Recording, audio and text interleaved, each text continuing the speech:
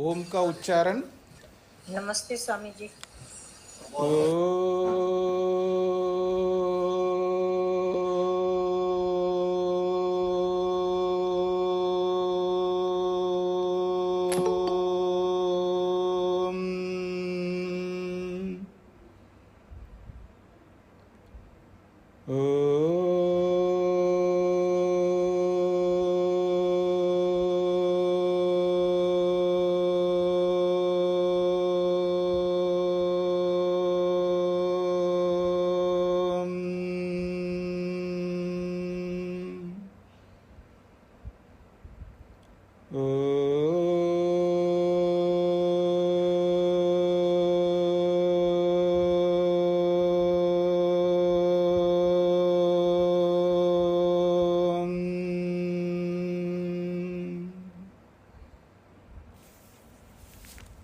हाँ जी, वेदांत दर्शन के प्रथम अध्याय के द्वितीय पाद का प्रथम सूत्र चल रहा है।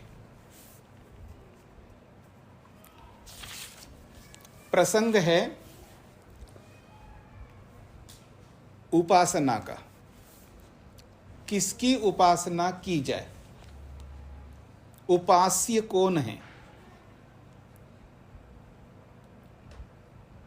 जिसकी उपासना की जाती है उसको उपास्य कहते हैं, और जो उपासना करने वाला होता है उसको उपासक कहते हैं। तो उपासक उपास्य। तो प्रसंग चल रहा है उपास्य कौन है। इसी बात को लेकर के यहां पर द्वितीय पाद का प्रथम सूत्र कहता है सर्वत्र प्रसिद्धोपदेशात्। सर्वत्र समस्त शास्त्रों में यह प्रसिद्धि है कि उपास्य परमपिता परमात्मा ब्रह्म ही होगा, उसी का उपदेशात उपदेश होने से। यह प्रसंग है अपना। पर उपनिषदों में, शास्त्रों में कहीं ना कहीं भ्रांति युक्त वाक्य आते हैं। भ्रांति का अर्थ है संशय। वाक्य ऐसा होता है जिससे ऐसा पता लगता है कि ये तो जगत संसार के लिए बोला जा रहा है। जैसा कि कल हमने दो वाक्यों को पढ़ा है, सर्वम खलु इदम ब्रह्म तज्जलान इति शांत उपासीत।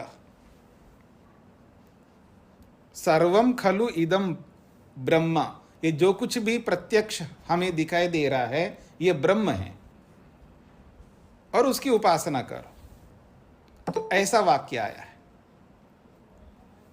फिर दूसरा वाक्य आया है जीवात्मा परक।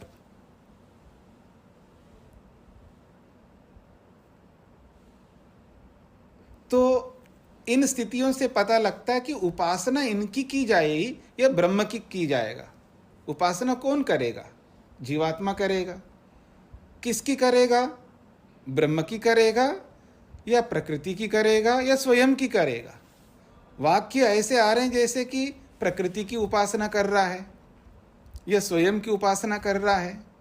तो इन्हीं सब बातों को ध्यान में रख करके सूत्रकार ने स्पष्ट किया है उपासना तो केवल ब्रह्म की होगी,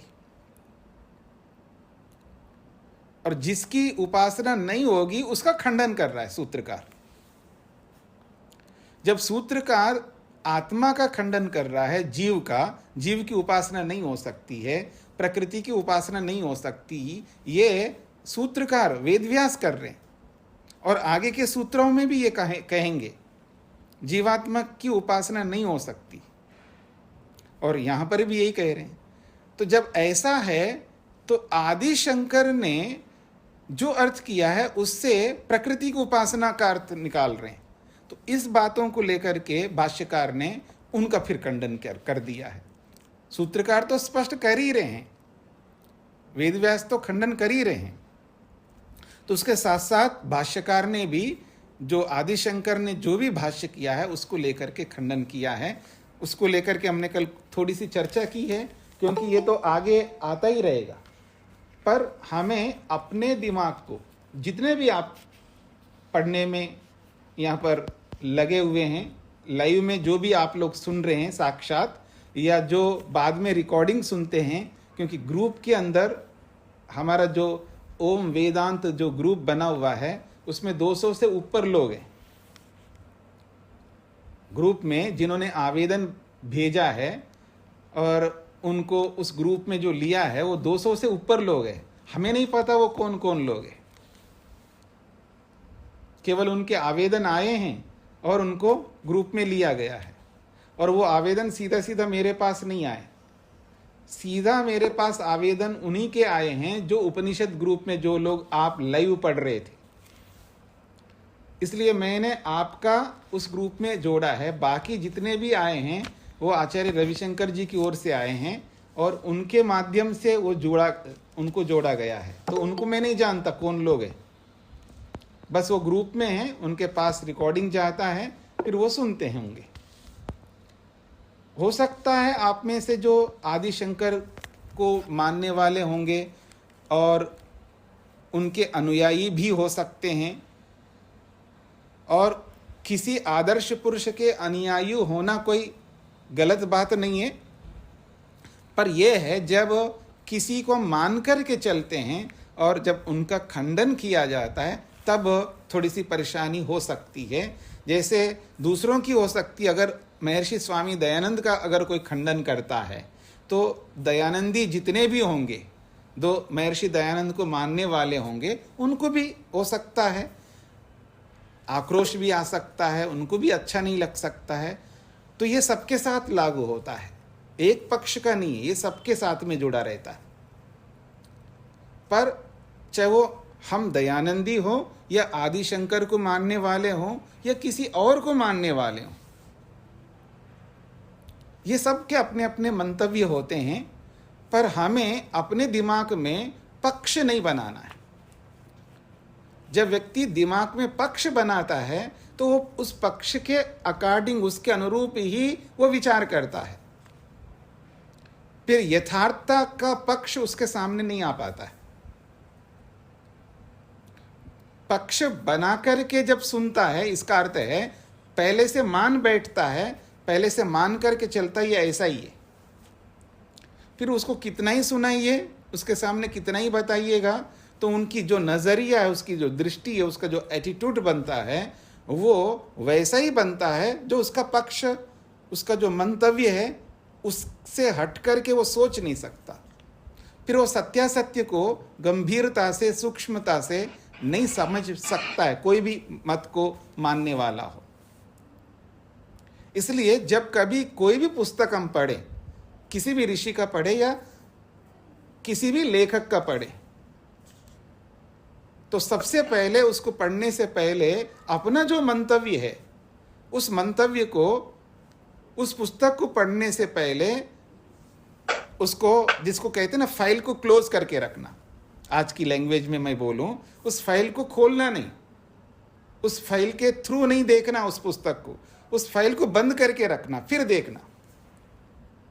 इसलिए महर्षि स्वामी दयानंद ने जब सत्यार्थ प्रकाश पुस्तक लिखी है, आप देखेंगे वेद भाष्य किया उन्होंने संस्कृत में, उसका हिंदी का भाष्य महर्षि स्वामी दयानंद ने नहीं किया है। ऋग्वेद आदि भाष्य भूमिका पुस्तक लिखी है, संस्कृत में लिखी है, उसका हिंदी भाष्य नहीं किया है। और भी बहुत सारे ग्रंथ हैं जिनमें उन्होंने हिंदी भाष्य नहीं किया, पर सत्यार्थ प्रकाश उन्होंने हिंदी में लिखा है, उसका संस्कृत में नहीं लिखा है। और उसकी जो भूमिका है आप देखेंगे, उस भूमिका में बहुत सारी बातें लिखी है उन्होंने कि इस पुस्तक को पढ़ने से पहले आपको क्या दिमाग रखना है, यानी कैसी नजरिया रख कर के इसको पढ़ना है। उस भूमिका को एक बार दोबारा आप पढ़ करके देखिएगा तो आपको समझ में आएगा। किसी भी लेखक का किसी भी मंतव्य को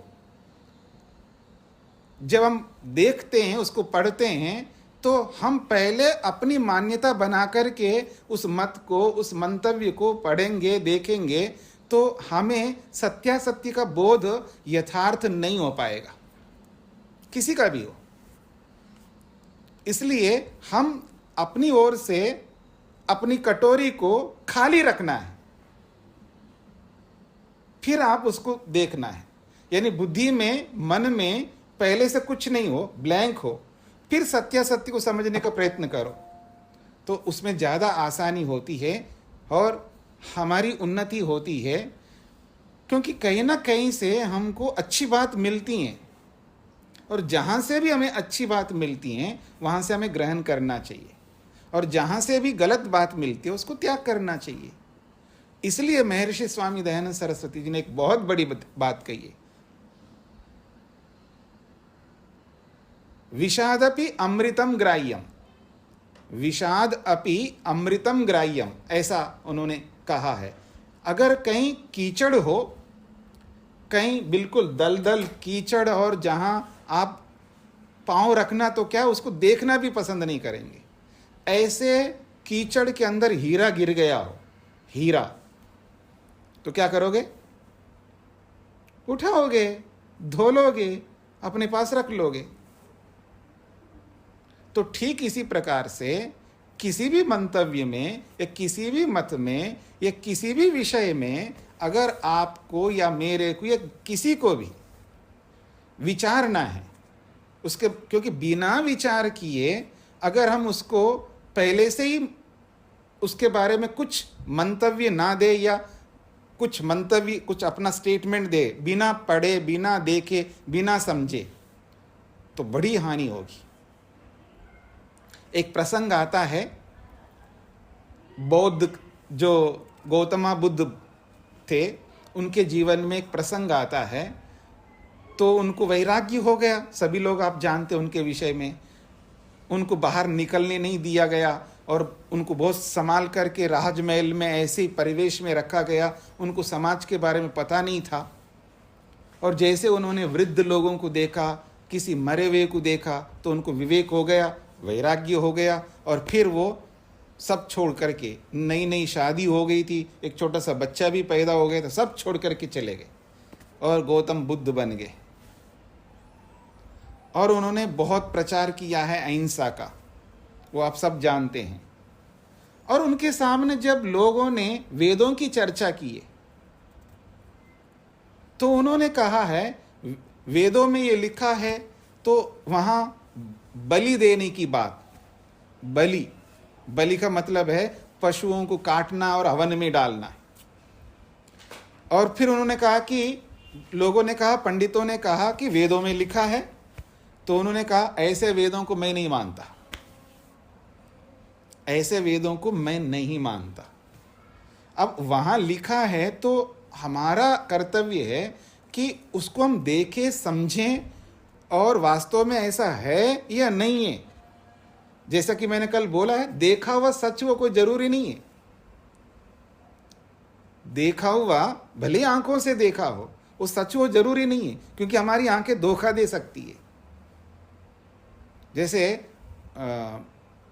गर्मी में मई जून के मौसम में गाड़ी चलाते हुए रोड पे आप हाईवे पे निकलते हो, तो ऐसे स्पष्ट दिखाई देता है, पानी है सामने, थोड़ा सा दूर।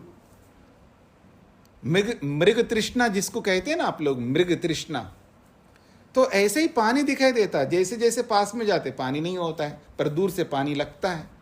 तो आंखों से दिख रहा है ना पानी, पर पानी होता नहीं है। तो इसलिए आज का साइंस ने भी ये कहा है, देखा हुआ सच वो कोई जरूरी नहीं है। दिख तो आपको रहा है, पर उसका परीक्षण करो। तो बिना परीक्षा किए, बिना प्रमाणों से, बिना स्टैंडर्ड से तोल करके ना देखें तो ऐसे निर्णय नहीं दे सकते। जो स्टैंडर्ड से, प्रमाणों से सिद्ध किया गया है, फिर उसका परीक्षण नहीं करना है। जो पहले से ऑलरेडी प्रमाणों से सिद्ध है, उसका परीक्षण करना नहीं है।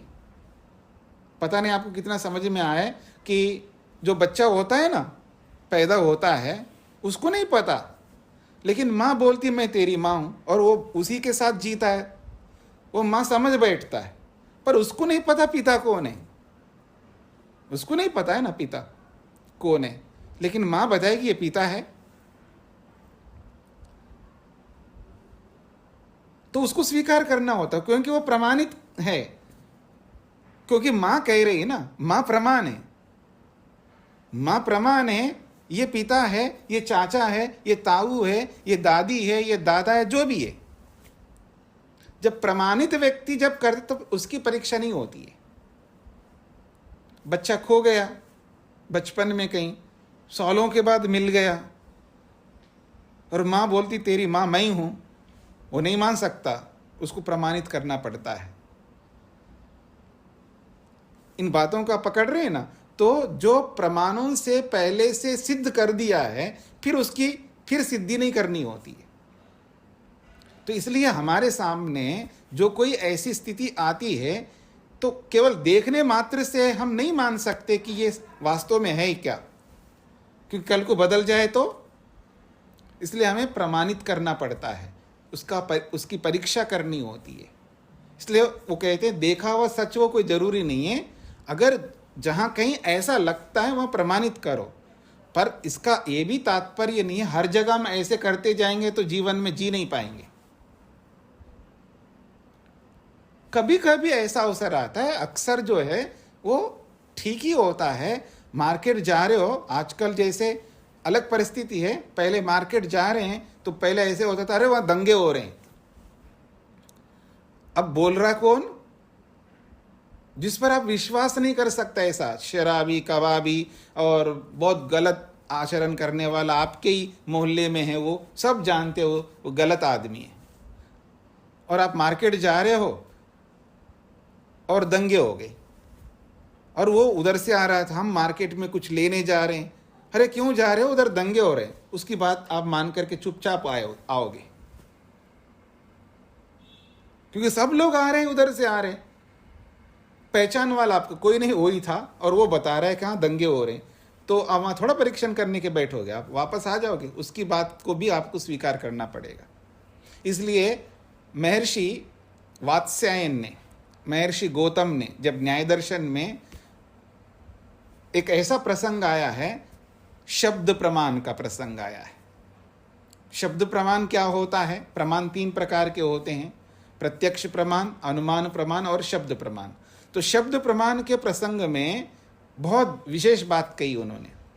जैसे शब्द प्रमाण हम किसको मानते हैं? ऋषियों के प्रमाण को मानते हैं, ठीक है ना, वेद को प्रमाण मानते हैं। हर किसी को शब्द प्रमाण के रूप में नहीं मानते हम लोग। मैंने कह दिया तो आप मेरी बात को नहीं मान सकते, आपने कह दिया तो आपकी बात नहीं मान सकते, लेकिन कोई ऋषि ने कहा तो सभी हम लोग मानेंगे। क्योंकि प्रमाण वो होता है जो उसको प्रस्तुत करने वाला आदर्श होता है, श्रेष्ठ होता है, गलत 3 काल में नहीं बोलेगा वो, उस पर विश्वास होता है। और हम पर विश्वास क्यों नहीं होता है? पति को ही नहीं होता, पत्नी पर विश्वास दूर की तो क्या कथा है। अपने ही घर के अपने लोगों के अंदर विश्वास नहीं है, बाहर के आदमी पर कितना विश्वास करेंगे हम ऐसे हैं, हम एक दूसरे के जिनके साथ रात दिन रहते हैं उन पर हम पूरा विश्वास नहीं करते। विश्वास तो करके चलते ही है ना, पूरा विश्वास नहीं करते। तो ऐसी स्थिति में बाहर वाले व्यक्ति पर विश्वास नहीं कर सकते, पर ऋषि पर तो विश्वास पूरा करते हैं हम लोग, क्योंकि वो ऋषि है, वो प्रमाणित है।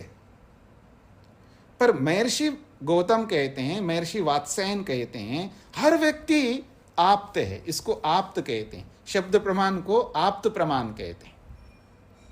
शब्द प्रमाण का एक दूसरा नाम है आप्त प्रमाण। तो वो कहते हैं शब्द प्रमाण तो चोर भी होता है, लुटेरा भी होता है, हर कोई व्यक्ति शब्द प्रमाण बन सकता है, हर कोई व्यक्ति आप्त हो सकता है, लेकिन सब जगह नहीं, सब जगह आप्त नहीं होते। सब जगह तो ईश्वर है, सब जगह तो ऋषि लोग हैं। कुछ कुछ स्थानों पर माता पिता आचार्य पड़ोसी कोई भी होते हैं, किसी एक आध स्थान पर चोर लुटेरा भी आप्त पुरुष होता है।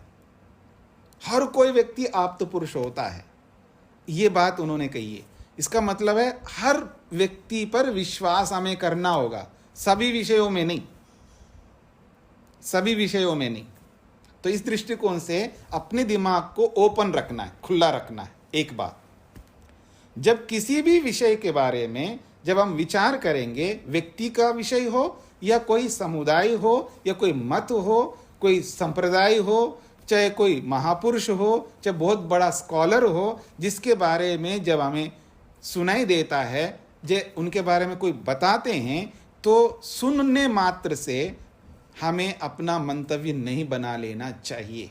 पहले आपको समय है, मंतव्य बनाने से पहले हमको उसका इन्वेस्टिगेशन करना है, खोजबीन करना है, अगर आपको इंटरेस्ट है तो। पर केवल सुन सुन करके मंतव्य नहीं बना लेना चाहिए, तो चाहे वो कोई भी हो। तो इसी दृष्टिकोण से जब हम आदि शंकर को पढ़ें, चाहे महर्षि दयानंद को पढ़ें, चाहे रामकृष्ण परमहंस को पढ़ें, चाहे स्वामी विवेकानंद को पढ़ें, चाहे किसी को भी पढ़ें, पढ़ने से पहले अपने मंतव्य को देखते हुए नहीं पढ़ना है। अपना जो सोच है उसको सामने रख करके उसको नहीं देखना है। वो क्या कह रहे हैं उनके स्वरूप को सामने रख करके ओपन माइंड से उसको देखना है, फिर उसको प्रमाणों से तुलना करना है। मेरी बात को समझने का प्रयत्न करना है। उनको प्रमाणों से तुलना करना, जो स्टैंडर्ड होते हैं। स्टैंडर्ड सबके लिए एक जैसे होते हैं, अलग अलग नहीं होते हैं। प्राणी मात्र में स्टैंडर्ड्स वैसे ही होते हैं। जब कुत्ता है, बिल्ली है, गधा है, जो भी प्राणी है, वो भी प्रमाण का प्रयोग करते हैं। प्रत्यक्ष प्रमाण वो एक्सप्लेन नहीं कर सकते, बता नहीं सकते, वो देख करके समझ जाते हैं। प्रत्यक्ष वो भी देखते हैं, आंखों से, इंद्रियों से अनुभव करते हैं, वो भी अनुमान करते हैं, ठीक है ना। वो भी शब्दों को सुन करके काम चलाते हैं, तो वो भी कुछ प्रमाणों का प्रयोग तो करते ही हैं। आखिर हम मनुष्य हैं। तो इस दृष्टिकोण से बहुत शांत होकर के अपने दिमाग को ठंडा रखते हुए जब कोई किसी बात को हमारे सामने कोई लाता है या कोई प्रसंग ऐसा आता है, हम जिस किसी को भी मानने वाले हों, हमें उतावले नहीं होना है, हमें धैर्य नहीं खोना है, हमें रुष्ट नहीं होना है, रूठना नहीं है। शांत होकर के हम उन बातों को समझने का प्रयत्न करना है। अगर आपको गलत लगता है, ठीक, आप मत मानिए, अथवा आपको आप उत्तर नहीं दे सकते, समाधान नहीं कर सकते, उसको छोड़ दीजिएगा। पर बिना प्रमाणित किए, बिना समझाए किसी भी बात को अपनाना नहीं चाहिए किसी को भी, नहीं तो भविष्य में बहुत हानि हो सकती है, अपने लक्ष्य में ही बाधा हो सकती है। अपनी अविद्या को हम पार नहीं कर पाएंगे, क्योंकि अविद्या को दूर करने के लिए हमें ज्ञान विज्ञान थोड़ा बहुत नहीं है, एक्सट्रीम चाहिए, बहुत ज्ञान विज्ञान चाहिए अविद्या को दूर करने के लिए। नहीं तो इन्हीं में फंसे रहेंगे, लड़ने झगड़ने में। हमें लड़ना झगड़ना नहीं है, हमको लड़ाई झगड़े से ऊपर उठना है, उचित को, प्रमाण युक्त बात को स्वीकार करना है। यदि प्रमाणों से वो बात असिद्ध होती है, उसी को छोड़ना है। अगर हमारे में क्षमता नहीं है प्रमाणों से सिद्ध करने की, तो उस विषय को बंद रख लेना चाहिए, उस पर ज़्यादा मन नहीं लगाना चाहिए, कोई चिंता नहीं करना चाहिए, क्योंकि हमारे में सामर्थ्य नहीं है हम प्रमाणों से उसको तोल सकें। ऐसी स्थिति में हम आसानी से अपनी प्रगति कर सकते हैं। तो आगे बढ़ते हैं। प्रसंग वही है, खंडन मंडन तो चलता रहेगा, जहाँ जहाँ जैसा प्रसंग आएगा तो उसको ध्यान में रखते हुए समझने का मात्र प्रयत्न करना है। तो डॉक्टर अनुपमा जी प्रश्न करना चाह रही होंगी, तो क्या प्रश्न है जी आपका? स्वामी जी, जो शंकराचार्य जी का मत है वो मुझे ये समझ आया कि वो अद्वैत मत के थे, कि परमात्मा और आत्मा में कोई अंतर नहीं है और प्रकृति का विषय उन्होंने नहीं लिया। क्या मुझे ठीक समझ आया है या कुछ और है? जी, आदि शंकर का ये मत है, केवल ब्रह्म ही सत्य है, जीवात्मा नहीं है, प्रकृति भी नहीं है, ये सब मिथ्या है, एक तत्व मात्र है, केवल मात्र ब्रह्म है, बाकी सब झूठा है, असत्य है। ये तो केवल अविद्या के कारण से जीव होता है, अविद्या के कारण से ब्रह्मांड है, ये मिथ्या है, माया के समान, स्वप्न के समान, ऐसा उनका सिद्धांत है जी। तो आगे बढ़ते हैं जी हम लोग। तो आइए कल हमने जो प्रसंग देखा था, हमने दो बातें आई थी, वहीं से मैं आपको आगे बढ़ाता हूं। किमर्थम तर्हि सर्वम खलु इदम वचेन जगद वर्णनम, दो वाक्य दिए थे वहां पर उन्होंने कि सर्वम इदम खलु ब्रह्म तज्जलानिति शांत उपासीता, ये एक वाक्य था। और अथ खलु क्रतुमः पुरुषः यथा क्रतुः अस्मिन् लोके पुरुषो भवति तथेत प्रेत्य भवति स क्रतुम कुर्वीता, ये दूसरा वाक्य था। तो इन दोनों वाक्यों को लेकर के जो चर्चा कल हुई है उसी से संदर्भित यहां हम आगे बढ़ते हैं। जब ब्रह्म की उपासना करनी चाहिए, आप कहना चाह रहे हैं सूत्र के माध्यम से सर्वत्र प्रसिद्धोपदेशात् ब्रह्म ही उपास्य है, तो फिर आप जगत की उपासना करने की बात क्यों कही? आपने ऐसा सेंटेंस बनाया क्यों? इस पर बात हो रही थी कल। जब आप सेंटेंस ही ऐसा बनाएंगे तो भ्रांति तो होगी हमको। एक मोटी बात समाज में एक चला करती है, ऐसा कुछ वर्ताव ना करो आ बैल मुझे मार, बोलते हैं ना आप लोग।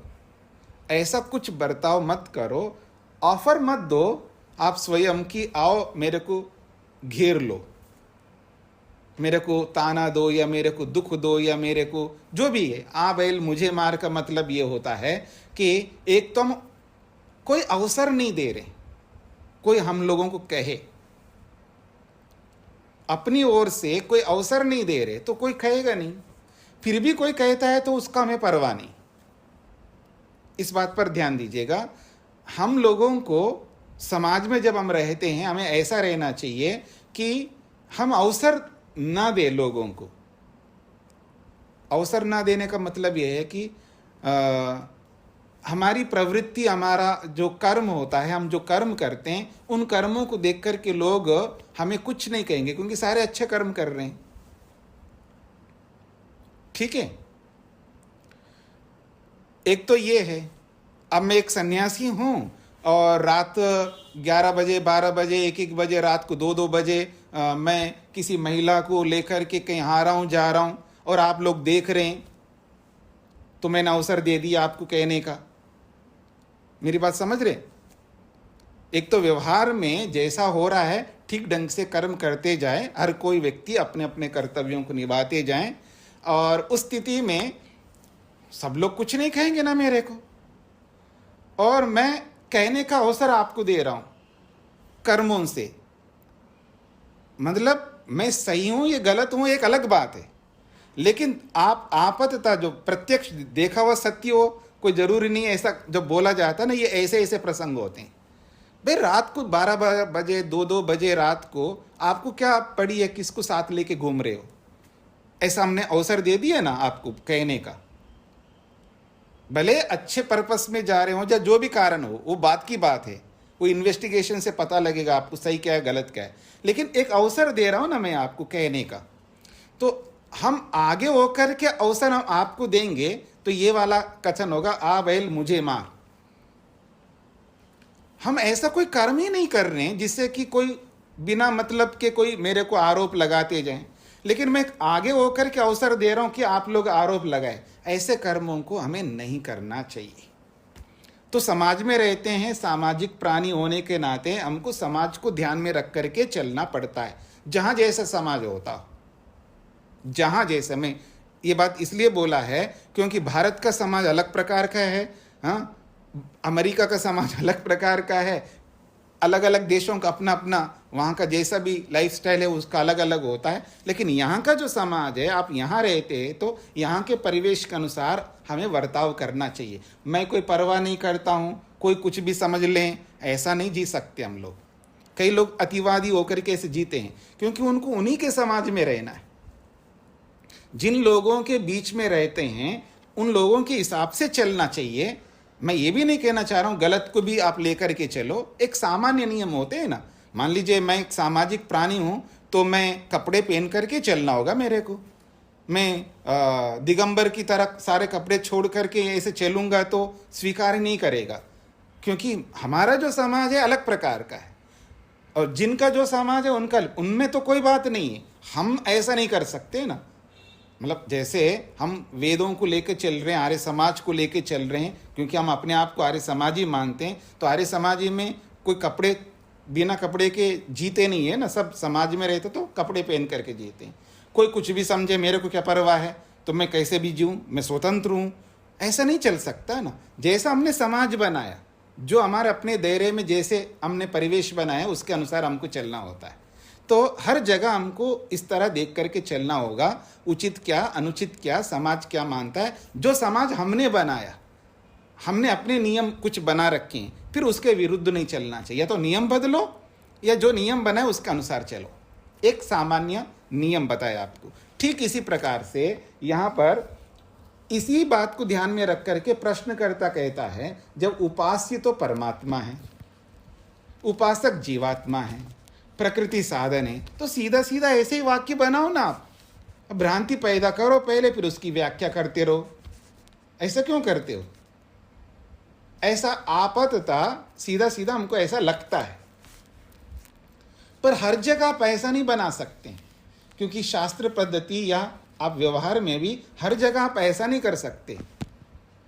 जहां कर सकते हैं वहां तो बनाते ही हैं। जब हम व्यवहार करते हैं तो हर जगह हम ऐसा व्यवहार नहीं करते हैं ना, हाँ जी अब हम लोग दिल्ली पहुंच गए हैं, अब हम उतरेंगे, ऐसा थोड़ा बोलते हैं। हाँ उतरो भाई उतरो, दिल्ली आ गया। व्यवहार में क्या बात करते हैं हम लोग? उतरो उतरो, दिल्ली आ गया। ये दिल्ली आया है या हम दिल्ली आए हैं? जब हम दिल्ली आए तो यही वाक्य बोलो ना, उतरो जी अब हम दिल्ली पहुंच गए हैं।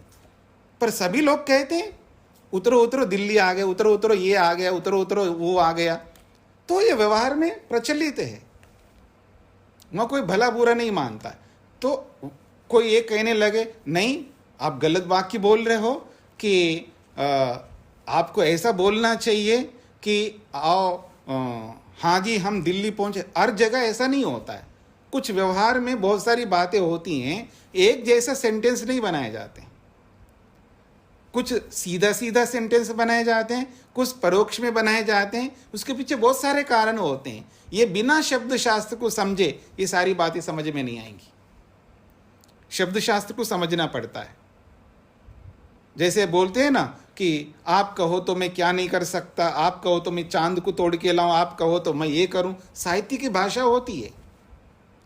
तो साहित्य में अलग अलग प्रकार के सेंटेंस होते हैं, और एक जैसा एक ही में आप वैसे भी उब जाते हो ना, आप एक जैसा होता है तो। इसलिए अंग्रेजी में भी जो है दो प्रकार के सेंटेंस होते हैं ना, ऐसा संस्कृत में भी होते हैं।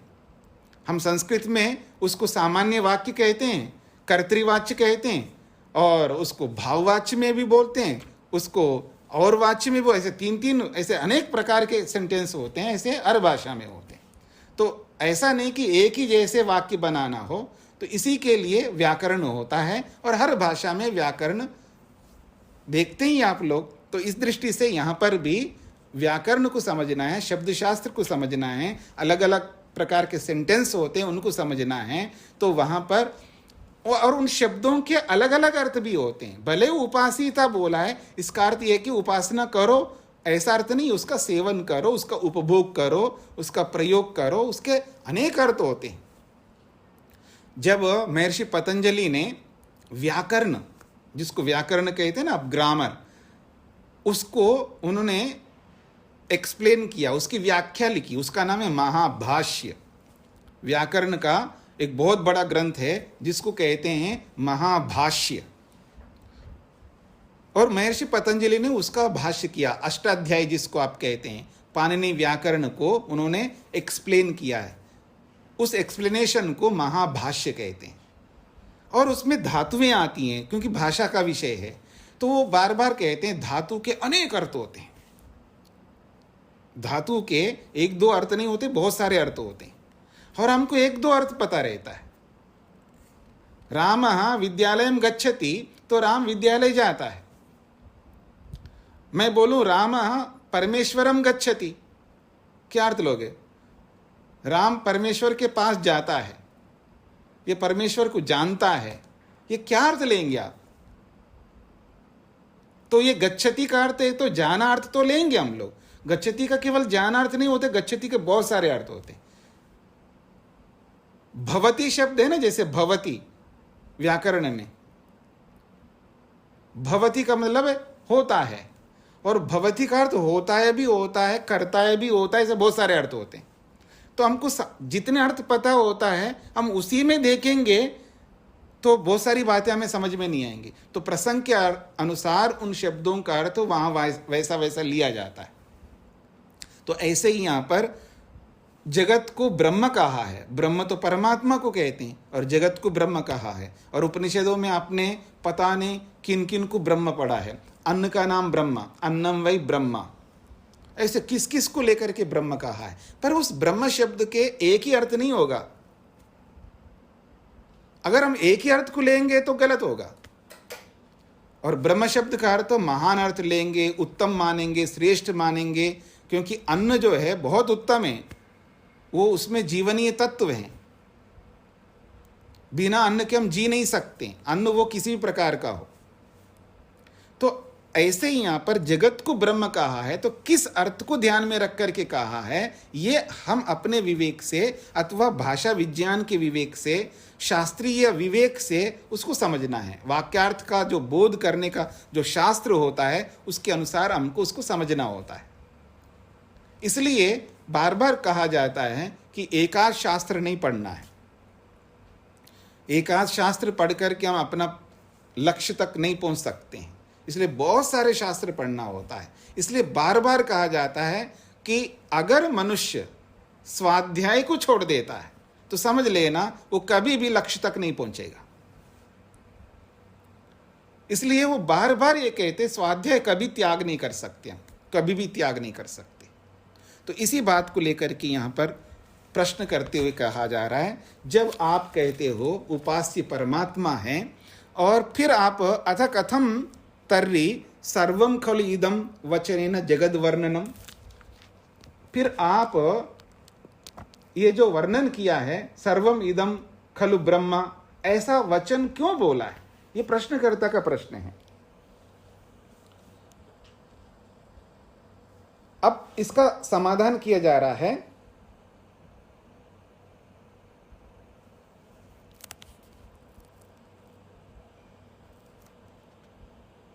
अथ कथम ही क्रतुमय पुरुष कथनेन जीव वर्णनम कृतम, फिर अगली बात कही है, फिर आपने जीव का वर्णन क्यों किया है? अगर वहां अर्थ ब्रह्म है, परमात्मा है, तो जीव का अर्थ क्यों किया है?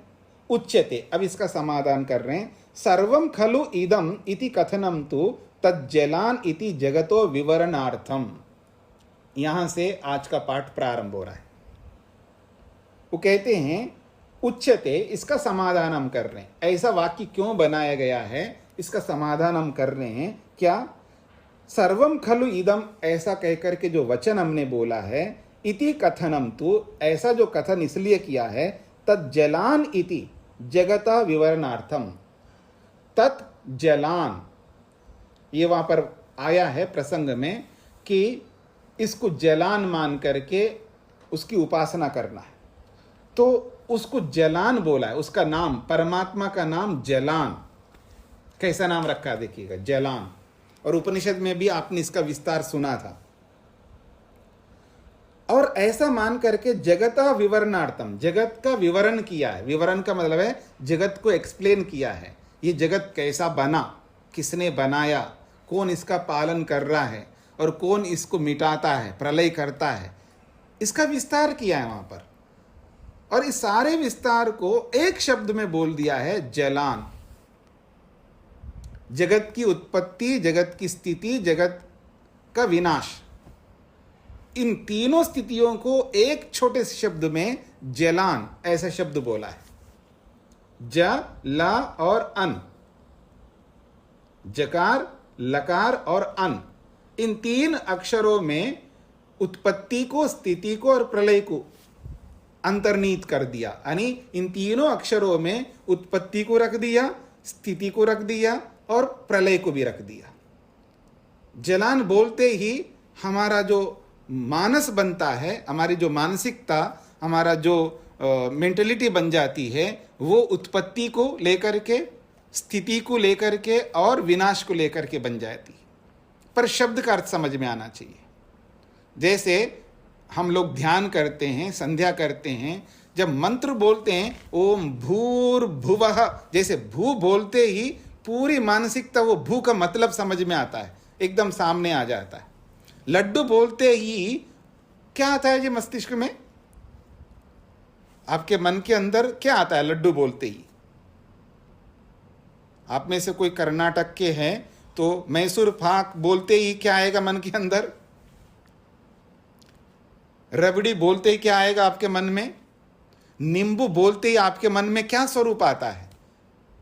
ऐसा ही स्वरूप परमात्मा का वहां आना चाहिए। भू बोलते ही जो भी अक्षर आएंगे वहां पर मंत्र में, जो भी जिस अक्षर को हम लेकर के, जिन शब्दों को लेकर के, जिन मंत्रों को लेकर के जब हम ध्यान करते हैं, जैसे व्यवहार में जो जो शब्दों को लेकर के हम प्रयोग करते हैं, सुनने मात्र से, हाँ जी, नींबू बोलते ही मुंह में पानी आ जाएगा आदमी को।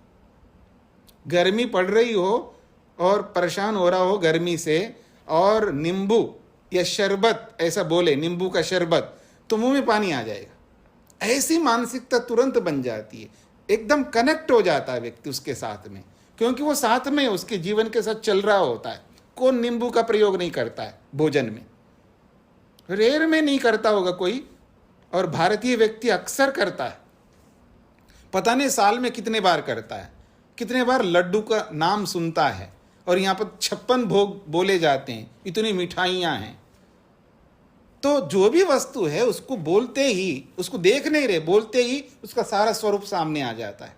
ठीक इसी प्रकार से यहाँ बोला जा रहा है कि जलान शब्द बोलते ही मस्तिष्क में आना चाहिए परमात्मा की जो उत्पत्ति की प्रक्रिया है, जो जिसने जगत की रचना की है, जो इस जगत का पालन करता है और जो इसका विनाश करता है, उसका स्वरूप यानी उत्पत्ति स्थिति प्रलय एक छोटा मोटा काम नहीं, बहुत बड़ा विस्तार है ब्रह्मांड का। इतने बड़े ब्रह्मांड को उत्पन्न करना, इतने बड़े ब्रह्मांड को सर्वाइव करना, इसका पालन करना, और इतने बड़े ब्रह्मांड को बिगाड़ना। मान लो एक घड़ा है, उसको बिगाड़ने में कोई परेशानी नहीं होती ना हमको। एक ही घड़ा है और हाथ से छोड़ दोगे तो नीचे गिरेगा, उसके टीकरे बन जाएंगे, नीचे गिर जाएगा, टुकड़े टुकड़े हो जाएंगे। इतने में आपको कोई कष्ट नहीं होगा। अगर मैं 100 घड़े दे दूं, इनको तोड़ो, 1,00,000 घड़े दे दूं आपको अकेले को तोड़ना है। पूरी दुनिया में जितने भी घड़े होंगे वो सारे आपको दे देंगे, इनको तोड़ते जाओ। कितना बड़ा काम है, आप समझ सकते हैं। मतलब बड़े बड़े पहाड़, कैसा ब्रह्मांड है। इतने बड़े ब्रह्मांड को बनाना भी एक बहुत बड़ा काम है, और इसको प्रलय में पहुंचाना भी बहुत बड़ा काम है। कल्पना अतीत है, और इसका संरक्षण करना, इसका पालन करना, उसको एज इट इज, जैसा सूर्योदय होता है, जैसे सूर्यास्त होता है, जैसे नक्षत्र आते हैं, जो भी अलग अलग ऋतुएं आ रही हैं, तो जो सिस्टमेटिकली जो चल रहा है ना, इस स्थिति को बनाए रखना कोई छोटा मोटा काम नहीं है। जब कोई छोटा मोटा फंक्शन करते हैं, सब अरेंजमेंट करते हैं, उसमें अव्यवस्था जब हो जाती है ना, और बार बार अव्यवस्था हो जाती है, तो कितनी परेशानी होती है। इतने अच्छे साधन बनाया हुआ है, और ये जो इंटरनेट कई बार बीच में लेफ्ट हो जाता है, समझ रहे हैं ना आप लोग? तो हम लोगों को कितनी परेशानी होती है। मतलब मनुष्य की जो बनाई हुई व्यवस्था में जब बिगाड़ होता है और बार बार होता है, हमारे जैसा सामर्थ्य वैसा ही करेंगे, लेकिन परमात्मा का सामर्थ्य देखिएगा। तो उसकी जो व्यापकता है उत्पत्ति का, उसको समझना। पीछे मैंने आपको बताया ना 4 पाद ब्रह्म के, उसकी ओर थोड़ा सा संकेत आप अपने दिमाग को ले जाइए, उस ओर संकेत कर लीजिएगा कि एक पाद जो है, दूसरा पाद जो है, तीसरा पाद जो है, तब जाके चौथे पाद में प्रवेश करेंगे। तो जगत को व्यापक रूप से जो निर्मित है, बना हुआ है, उसको दिमाग में बिठाना है, ये बहुत बड़ा काम है, बहुत बड़ा काम है। मैं कह सकता हूं, अगर उत्पत्ति को देख करके आदमी का कल्याण हो जाए, और पालन पालन को देख करके भी उसका कल्याण होगा। जो कोई व्यक्ति परोपकारी होता है ना, बहुत सेवा करता है वो व्यक्ति, उसका जीवन बना देता है। किसी को बचपन से लेकर के बड़ा करके उसको नौकरी दिला करके, उसको मकान दिला करके, उसको शादी करके उसको बिल्कुल सेटल कर दिया, और एक नहीं दो नहीं पता नहीं कितने लोगों को परोपकार करता जा रहा है व्यक्ति। तो उसके परोपकार को जब हम सुनते जाते हैं तो हमारा दिमाग कैसा बन जाता है। अगर वो मान लीजिए हमारे बाप ऐसा करता हो, हमारे फैमिली का ऐसा आदमी करता हो, हम कितना गर्व करेंगे, उसके बारे में बोल करके कितना गर्व करेंगे। तो उस स्थिति को, केवल पालन की स्थिति को, संरक्षण की स्थिति को भी सामने रखेंगे तो कल्याण हो जाएगा हमारा। चाहे वो उत्पत्ति को देखें, चाहे वो पालन को देखें, या प्रलय को भी क्यों ना देखें। विवेक जो है, ऐसा नहीं है कि बनने में ही विवेक होता हो, बिगड़ने में भी विवेक होता है। बिगाड़ना कोई सरल नहीं है। बिगाड़ने का मतलब है जो वस्तु बनी हुई है उसको अपने पूर्व रूप में जाना है, उसको कारण रूप में ले जाना एक छोटा मोटा काम नहीं, बहुत बड़ा काम है। रोटी बनाते हैं, आप में से बहुत सारी माताएं हैं, उनको कहे ये रोटी है, इसको आटा बना दो, कितना पुरुषार्थ का काम होगा। ये जो आपने हलवा बना है ना, इसके इंग्रेडिएंट्स जो है ना सब अलग अलग करो, जैसे पहले थे वैसे बना दो। अब थोड़ा सोच करके देखिएगा। ठीक है, भगवान जो है ना प्रलय कर देता है, बस हम इतना बोलकर कि इतिश्री कर देते हैं। वो जो प्रलय है उसमें जो दिमाग लगता है, उसमें जो शक्ति लगती है, उसके अंदर जो तप होता है परमात्मा का, कितना बड़ा तप करना होता है परमात्मा को, कितना बड़ा नॉलेज उसमें लगाना पड़ता है, कितनी शक्ति लगती होगी। आप कभी कल्पना करके देखिएगा। एक छोटा सा काम सौंपा है आपको, रोटी को आटा बना दो, हलवे के इंग्रेडिएंट्स को अलग अलग वैसे वैसे, सूजी जैसे थी पहले वैसे बना दो, उस हलवे में से निकाल करके घी को वैसे बना दो, जो भी उसके अंदर जो डाला है ना सब वैसे वैसे कर दो। खीर बनाया आपको, फिर उस चावल जैसे थे 50 ग्राम डाला होगा ना आपने 1 किलो दूध में, और उस चावल को वैसे वापस ले आओ, फिर देखते हैं कितनी शक्ति लगेगी हमारे को। पहली बात तो हम कर नहीं सकते, मान लो कर भी लें, आज बहुत टेक्नोलॉजी मानते हैं ना, बहुत हाई लेवल का टेक्नोलॉजी, वो सारे लगा लो और बना लो उसको। तो यानी प्रलय की स्थिति को भी अगर सामने रखेंगे तो कल्याण। उसकी जो पालन की स्थिति है, परमात्मा जो इस सृष्टि का पालन करता है, इसको वैसा का वैसा बनाए रखता है, केवल उसमें फोकस करेंगे तो भी विवेक, और केवल उत्पत्ति को देख करके भी विवेक।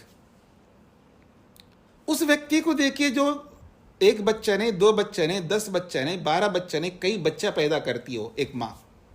उस व्यक्ति का तप देखिएगा, उसकी सहन शक्ति देखिएगा, कहने का भी, और सबका पालन भी करें।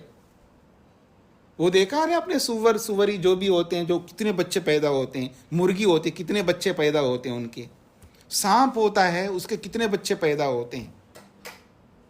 तो उत्पन्न करना बहुत बड़ा काम है, और उत्पन्न करके उसका पालन करना बहुत बड़ा काम है। ठीक इसी प्रकार से प्रलय करना भी बहुत बड़ा काम है, हल्के में किसी को नहीं ले सकते। केवल थोड़ा सा, केवल शब्द मात्र बोलने से कोई विवेक वैराग्य नहीं हो सकता है, उसके अंदर सूक्ष्मता से जाना है। मैंने जैसे आपको बोला ना, आपको दुनिया भर का छोड़िए, पूरे भारत भर के गर्मियों के मौसम में जितने भी घड़े बनते हैं, और जो जितने लोग घड़ों का प्रयोग करते हो, सारे घड़ों को एक व्यक्ति को दे दिया जाए, माता वेदवती जी को दे दिया जाए, और माता वेदवती जी अब इन सब को टीकरे बना दो, फिर देखना कितना सामर्थ्य लगेगा, कितनी शक्ति लगेगा। कल्पना करके देखिएगा, आपको तो पता लगेगा कि भगवान कैसा करता है। बिगाड़ तो जी चुटकी भर का काम है, ऐसा लगता है ना, चुटकी भर की काम नहीं है, 4 अरब 32 करोड़ लगते उसमें, 4 अरब 32 करोड़ लगते हैं। हाँ, याद रखना, निर्माण में 4 अरब 32 करोड़ लगते, प्रलय में 4 अरब 32 करोड़ लगते हैं। कोई छोटा मोटा काम नहीं है, कितना मेहनत का काम है। इसलिए कहा तज्जलान, उस परमात्मा को जलान मान करके उसकी उपासना करो। तो उस जलान में जो सृष्टि की उत्पत्ति को समझना है, उसकी स्थिति को समझना है, और उसके प्रलय को समझना है। तो इसलिए कहा है कि सर्वम इदम खलु ब्रह्म कह करके यद्यपि वो ब्रह्म शब्द जगत के लिए बोला जा रहा है, फिर उस जगत के अंदर अंतर्नीत जो उसके अंदर छुपा हुआ जो परमात्मा है, उस पर हमारी नज़र, हमारी दृष्टि उस पर जानी चाहिए, ये बात कहना चाहते हैं। तो कहने के एक ढंग होता है, सीधा सीधा ना कह करके दूसरे ढंग से भी कहा जा सकता है, सीधा भी कहा जा सकता है। ऐसा नहीं है शास्त्रों में केवल सीधा सीधा ही मतलब टेढ़े ढंग से कहा हो। टेढ़े का मतलब है परोक्ष, इसको कहते हैं परोक्ष। दो प्रकार से कथन होता है, प्रत्यक्ष कथन और परोक्ष कथन। और आपने सुना होगा परोक्ष प्रिया ही देवा। ये जो देव होते हैं, जो बहुत बड़े स्कॉलर होते हैं, जो बहुत बड़े साइंटिस्ट लेवल के जो आदमी होता है ना, वो प्रत्यक्ष में जो सामने दिखाई देता है उसमें इतना इंटरेस्टेड नहीं होते। वो जो दिखाई दे रहा है ना, उसके अंदर जो होता है उसमें ज़्यादा इंटरेस्टेड होते हैं। वो मेरी बात को पकड़ने का प्रयत्न करिएगा। जो ऊपर का जो लेबल है, ऊपर का जो कवर है, जो ऊपर का जो भी हमारा जो दिखाई देता है, उस पर इतना ज़्यादा उनका फोकस नहीं होता है। मान लो किसी आदमी को हम देखते हैं तो कोई ऊपर की चमड़ी को देख करके खुश हो जाता है, कोई किसी को देख करके खुश हो जाता है, लेकिन उसी शरीर को डॉक्टर देखता है तो वो अलग ढंग से देखता है। उसी शरीर को जब कोई योगी देखता है तो बिल्कुल ही डिफरेंट देखता है, अलग ही देखता है वो। ये योग में जिन लोगों ने आपने योग पढ़ा है वो आप इन सब बातों को पढ़ लिया है। तो कहने का अभिप्राय है परोक्ष प्रिया ही देवा। वो प्रत्यक्ष जो दिखाई देता है उससे अपने मन को हटा करके उस प्रत्यक्ष के पीछे जो विराजमान है उसको देखते हैं। जो ऊपर को चलाने वाले जो अंदर बैठे हैं ना, उस पर फोकस बहुत कम लोगों का होता है। मतलब टीवी के सामने जो है ना, जो न्यूज़ रीडर होता है ना, न्यूज़ पढ़ने वाला व्यक्ति होता है, वो कैमरे के सामने बैठता है, वो न्यूज़ बोलता है 1 घंटा, आधा घंटा, 15 मिनट, 5 मिनट, जो भी होता है, वो उठ करके चला जाता है। जो वो बोलता है, वो न्यूज़ बनाए जाते हैं, कितना बड़ा टीम होता होगा। जो पिक्चर है, सीरियल बनाते हैं, उसमें कितने लोग होते हैं, मतलब सीरियल में, पिक्चर में जो दिखाते हैं, लेकिन उस पिक्चर या सीरियल को बनाने के पीछे जो लोग उसके लिए लगे हुए होते हैं, महीने लगे होते हैं, साल लगे हुए होते हैं, और उसमें हजारों लोग लगे रहते हैं। जैसी स्थिति हो, बड़ा हो तो ज़्यादा लोग, छोटे हो तो। कहने का अभिप्राय है जो सामने होता है, वो जो दिखाई देता है, वो अल्प होता है। एक बात मैं बीच में भी बोलूं, प्रत्यक्ष और परोक्ष, उसका स्वरूप देखिएगा कैसा होता है। उसको मैं मोटी भाषा में बोलता हूं, मेरी उंगलियों को देखिएगा, ये है मेरी उंगलियां, इन दोनों के बीच में जो स्पेस है, इतना ही प्रत्यक्ष होता है। प्रत्यक्ष इतना होता है, और जिसको हम अनुमान कहते हैं वो इतना होता है। इन दोनों बीच, उंगलियों के बीच में देखिए स्पेस, और अब स्पेस देखिएगा, और मैं इसका रेंज बढ़ाता हूं, देखिएगा। अब मेरे उंगलियां नहीं दिखाई दे, मैं पूरे हाथों को ऐसा कर दिया, ये परोक्ष होता है। बहुत बड़ा होता है परोक्ष, उसमें दिमाग बहुत कम लगता है, बहुत छोटे में दिमाग लगता है, उतने से हमारी उन्नति नहीं होती है। तो यही कहना चाहते हैं, जो परोक्ष है वो जलान है, और जो प्रत्यक्ष है इदम खलु सर्वम ब्रह्म, ये तो प्रत्यक्ष है, और जो जलान है वो परोक्ष है। तो ये कहना चाहते हैं, हमें जो विवरण दिया है वो जलान को ध्यान में रख करके विवरण किया है, इस सर्वम इदम खलु ब्रह्म को ध्यान में रख करके नहीं किया है। मैंने ये विस्तार इसलिए किया है क्योंकि इसको समझना है हमको। केवल शब्द बोल करके, ठीक है, ये सूत्र को 1 दिन में भी पढ़ सकते हैं और 15 मिनट में भी पढ़ सकते हैं। जो हमारे जो विद्यार्थी होते हैं ना, जो संस्कृत पढ़े हुए होते हैं, व्याकरण पढ़े हुए होते हैं, जो ये दर्शन पढ़ना हो जो होता है, वो व्याकरण पढ़े हुए लोगों को पढ़ना होता है। यानी पहले व्याकरण पढ़ते हैं, उसके बाद दर्शन पढ़ते हैं। तो जो व्याकरण पढ़े होते हैं, जिनको भाषा आती है, जिनको व्याकरण का एक एक बात समझ में आती है, वो लोग भी इस दर्शन को पढ़ेंगे तो इस पूरे सूत्र को, जो भी भाष्य जितना लिखा है, हो सकता कोई 5 मिनट में इसको पढ़ ले, समझ ले। पर इसके अंदर जो बातें कही गई है, उस पर अगर हम फोकस करेंगे, वो 5 मिनट या आधा घंटे का, 1 घंटे का नहीं है, ये 1 दिन का, 1 साल का नहीं है, एक ही सूत्र पूरा जीवन भर के लिए भी ज्यादा है, यह व्यापकता है इसकी। इसलिए महर्षि पतंजलि ने उसी व्याकरण में, जो मैं बात बार बार कहता हूं, उसी व्याकरण में पतंजलि ने एक बहुत बड़ी बात कही है। इतने बड़े शास्त्र हैं, वैदिक वांग में बहुत बड़ा है, और एक एक शास्त्र पता नहीं कितना कितना बड़ा है, और एक एक शास्त्र में कितने कितने मंत्र, कितने कितने श्लोक, कितने कितने सेंटेंस हैं, कितने शब्द हैं। उन सब में से वो ये कहते हैं एक शब्द पकड़ो, एक शब्द, और उस एक शब्द को अगर हृदयंगम कर ले हम लोग, स्वर्गे लोके काम दुख भवति, एक शब्द सम्यक प्रयुक्त, स्वर्गे लोके काम दुख भवति, मतलब एक शब्द को ठीक प्रकार से वो समझ लेता, पकड़ लेता है, तो उसका स्वर्ग मिल जाएगा। और इतने सारे शब्द हैं, इतने सारे वाक्य हैं, इतने मंत्र, इतने श्लोक हैं, तो ठीक है, मैं ये नहीं कहना चाह रहा इसका मतलब है तो जी एक सूत्र को पकड़ करके हम बैठते हैं और पूरे दर्शन को ना पढ़े, इसका ये भी मतलब नहीं है। हमको पढ़ना भी है, जहाँ कहीं स्पीड से पढ़ना है तो स्पीड से भी पढ़ लेंगे, जहाँ समझना है तो वो समझ लेंगे। वो एक सूत्र एक दिन में भी हो सकता है, वो एक सूत्र एक सप्ताह भी लग सकता है। पर इसमें भी कई बार दिमाग जाता है, देखो जी इतने दिन से एक ही बात को बार बार रिपीट किया जा रहा है, इस बात को बार बार बोला जा रहा है, ऐसा मन में आता रहता है। तो उन बातों पर ध्यान नहीं दीजिएगा, उस बात पर ध्यान दीजिएगा जो हमारे को समझना है। जिसको समझना है, अगर वो समझ में आ जाए ना, तो फिर आगे जाकर के स्पीड भी बढ़ सकता है, उसमें कोई बात नहीं है। और मैं इस बात को समझता हूं कि कहाँ स्पीड बढ़ाना है और कहाँ नहीं बढ़ाना है, कहाँ जिसकी व्याख्या करनी है, वो उसको ध्यान में रख करके तो मैं आपके सामने रखूंगा, इसी के लिए बैठा हूं आपके सामने। तो यहाँ ये बोला जा रहा है कि प्रश्न किया है, तो अब सीधा सीधा यही बोलिएगा ना कि ब्रह्म की उपासना करनी चाहिए, और वाक्य भी ऐसा लिख दीजिएगा जिससे कोई भ्रांति नहीं होगी। ऐसा प्रश्नकर्ता का प्रश्न है, तो वो सिद्धांती कहते हैं, उत्तरकर्ता ये कहता है सीधा सीधा भी कहा जाता है। कौन सा सीधा कहने पर आप आगे बढ़ते हैं? सीधा सीधा कहेंगे तो आप बड़ा बुरा मानते हैं, हाँ बहुत बुरा मानते हैं, इसलिए जानबूझ करके ये भी करना पड़ता है, आपको परोक्ष बताना पड़ता है। और हमारे जो गुरुजी थे वो कहते हैं कि जो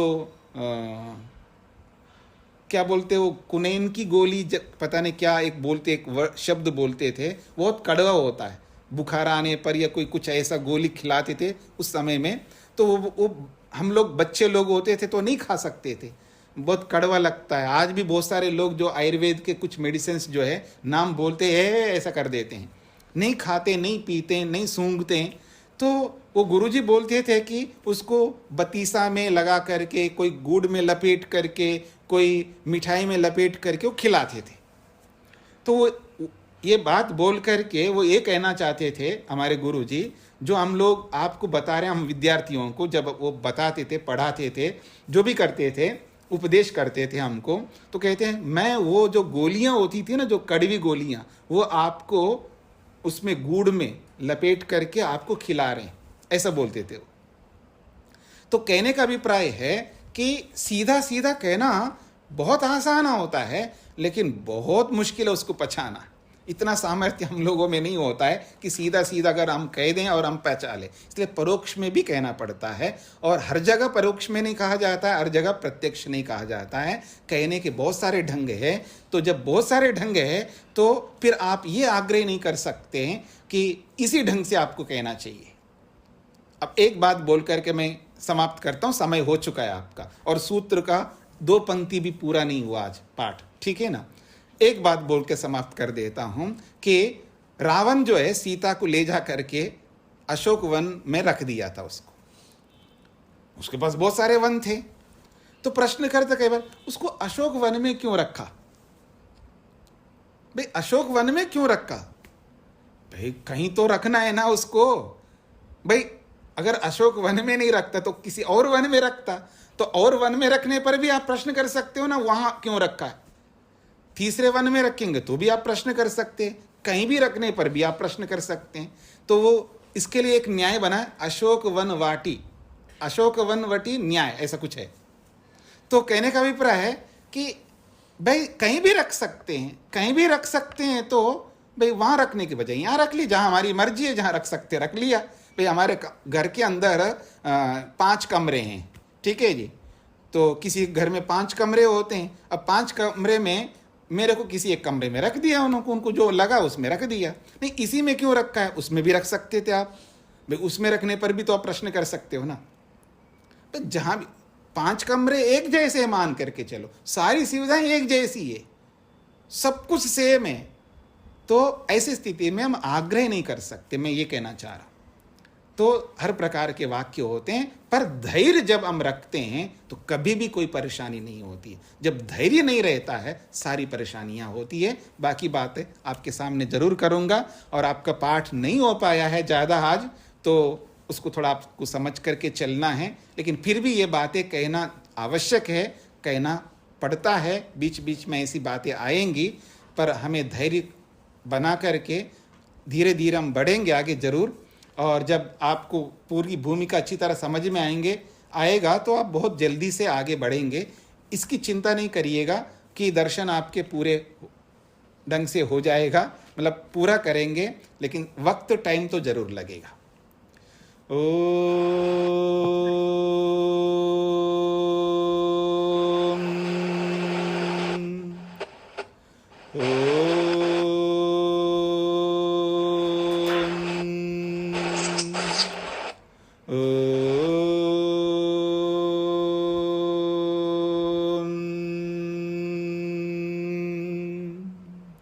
सभी को नमस्ते। नमस्ते।